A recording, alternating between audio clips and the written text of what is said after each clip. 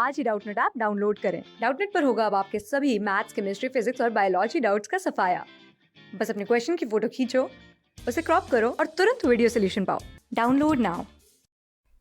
Question में सबसे पहले हमसे पूछा गया है कि एनर्जी का जो पिरामिड होता है वो हमेशा अपराइट होता है या सीधा होता है। इसके बारे में हमें एक्सप्लेन करना है। अब एनर्जी पिरामिड होता क्या है? एक पिरामिड के फॉर्म में, डायग्राम के फॉर्म में, जब एक इकोसिस्टम में रह रहे ऑर्गेनिजम्स के बीच में जो एनर्जी, बायोमास या नंबर का रिलेशनशिप है, इसको हम कंपेयर करते हैं तो इसको हम पिरामिड बोलते हैं। और पिरामिड ऑफ एनर्जी मतलब जब ऑर्गेनिजम्स के बीच में जो एनर्जी का फ्लो है वो हम पिरामिड के या डायग्राम के फॉर्म में देख रहे हैं। तो जनरली किसी भी पिरामिड में जो इसका एपेक्स होता है या ऊपर का हिस्सा होता है, ये रिप्रेजेंट करता है कंज्यूमर्स को, या हम कह सकते हैं टॉप लेवल के जो कंज्यूमर है उनको रिप्रेजेंट करेगा। जबकि जो इसका बेस होगा पिरामिड का, इससे हम डिपिक्ट करेंगे प्रोड्यूसर्स को, यानी mainly plants, mostly green plants generally ecosystems में होते हैं। तो एनर्जी का जो पिरामिड है वो हमेशा अपराइट होगा। अपराइट से हम क्या समझेंगे कि जो इसका बेस होना चाहिए वो ब्रॉड होना चाहिए और एपेक्स की तरफ जाते जाते इसको टेपर करना है या नैरो करना है। इस तरह के पिरामिड को हम अपराइट कहेंगे। तो ये तब होगा जब जो प्रोड्यूसर्स हैं उनके पास ज़्यादा एनर्जी होगी। और एपेक्स नैरो कब होगा? जब कंज्यूमर्स के पास एनर्जी कम है। और ऐसा अपराइट पिरामिड हमें एनर्जी के केस में हमेशा क्यों मिलता है? क्योंकि हम देखते हैं कि फ्लो ऑफ एनर्जी किसी इकोसिस्टम में किस तरह से होता है।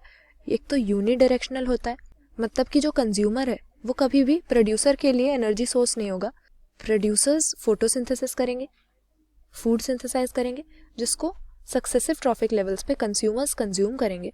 और हर सक्सेसिव ट्रॉफिक लेवल पे हम देखते हैं कि जो 10% एनर्जी होती है वो आगे के ट्रॉफिक लेवल पे जाती है और बाकी की डिसिपेट हो जाती है हीट के फॉर्म में या किसी ना किसी वेस्टफुल फॉर्म में।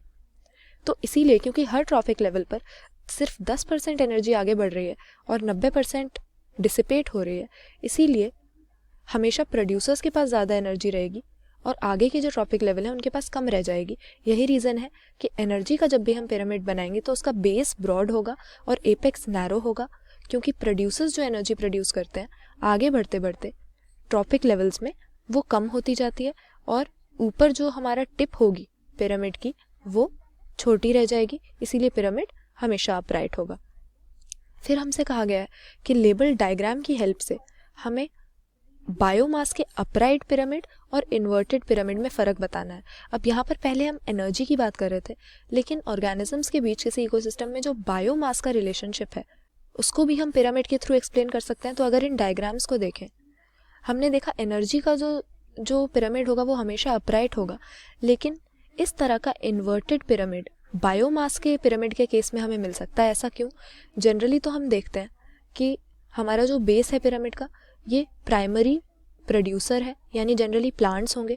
तो अगर हम टेरेस्ट्रियल इकोसिस्टम की बात कर रहे हैं, यानी लैंड पर कोई इकोसिस्टम है, फॉरेस्ट की या ग्रासलैंड की बात कर लें, तो प्राइमरी प्रोड्यूसर्स ये हमारे प्लांट्स हो जाएंगे यहाँ पर पिरामिड के बेस में।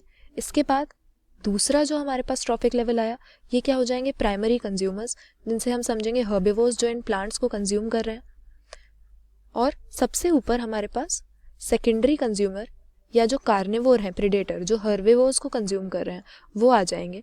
तो यहाँ पर हम जनरली देखते हैं कि बायोमास अगर देखें तो हमारे प्लांट्स का बहुत ज़्यादा होगा। लार्ज नंबर ऑफ प्लांट्स किसी ग्रासलैंड या फॉरेस्ट में जो है वो फोटोसिंथेसिस कर रहे हैं, लेकिन हर्बिवोर्स का नंबर इनसे सिग्निफिकेंटली कम होगा। और जैसे जैसे हम ऊपर की तरफ ट्रॉपिक लेवल में बढ़ते जाएंगे कार्निवोर्स का नंबर हर्बिवोर्स से भी कम होगा। ऐसा इसीलिए क्योंकि सिर्फ प्लांट्स हैं जो एनर्जी प्रोड्यूस कर रहे हैं और आगे बढ़ते बढ़ते ये एनर्जी कम रह जाती है सक्सेसिव ट्रॉपिक लेवल्स पे। इसीलिए लार्ज नंबर ऑफ प्रोड्यूसर्स की हमें ज़रूरत पड़ती है much smaller number of consumers को सस्टेन करने के लिए। तो ये बायोमास का पिरामिड हो गया, जिसमें प्रोड्यूसर्स का बायोमास सबसे ज़्यादा, फिर उनको कंज्यूम करने वाले हर्बिवोर्स का उनसे कम, और कार्निवोर्स का बहुत ही कम रह जाता है। थाउजेंड्स ऑफ प्लांट्स किसी फॉरेस्ट या ग्रासलैंड में होंगे जो very small number of carnivores को सस्टेन कर पाएंगे। लेकिन हम देखते हैं कि जो बायोमास का पिरामिड है वो कभी कभी हमें इन्वर्टेड भी मिलेगा, और ऐसा हमें जनरली एक्वेटिक जो हमारा इकोसिस्टम होता है उसमें देखने को मिलता है। अगर सी में हम देखें तो जो पिरामिड का बेस है हम कई बार देख सकते हैं कि वो नैरो होगा, क्योंकि जो प्राइमरी प्रोड्यूसर्स हो जाएंगे हमारे सी के अंदर, सी के इकोसिस्टम में, वो हो जाएंगे हमारे पास फाइटोप्लैंक्टन। और इनका बायोमास भले ही कम हो, लेकिन इसके ऊपर जो जू प्लैंक्टन है, जो कंज्यूमर्स हैं सी में, उनका ये लार्ज बायोमास सस्टेन कर रहे हैं। ऐसा कैसे? क्योंकि फाइटोप्लैंक्टन का एक छोटा सा बायोमास बहुत हाई रेट में जो है फोटोसिंथेसिस कर रहा है या एनर्जी प्रोड्यूस कर रहा है। मतलब बायोमास इनका खुद का तो कम है, लेकिन बायोमास की प्रोडक्शन की रेट ज़्यादा है, इसीलिए वो अपने से ज़्यादा बायोमास कंज्यूमर्स का सस्टेन कर पा रहे हैं। तो यहाँ पर हमें बायोमास के अपराइट और इन्वर्टेड पिरामिड के बीच में फ़र्क बताना था। तो हमने देख लिया कि जो टेरेस्ट्रियल होगा जनरली वो तो अपराइट ही होगा, क्योंकि प्लांट्स का लार्ज नंबर चाहिए कार्निवोर्स के छोटे से नंबर को सस्टेन करने के लिए। लेकिन जो एक्वेटिक या सी का मरीन इकोसिस्टम है उसमें हम कई बार देखते हैं हमें इन्वर्टेड टाइप का बायोमास का पिरामिड मिलेगा। ऐसा कैसे?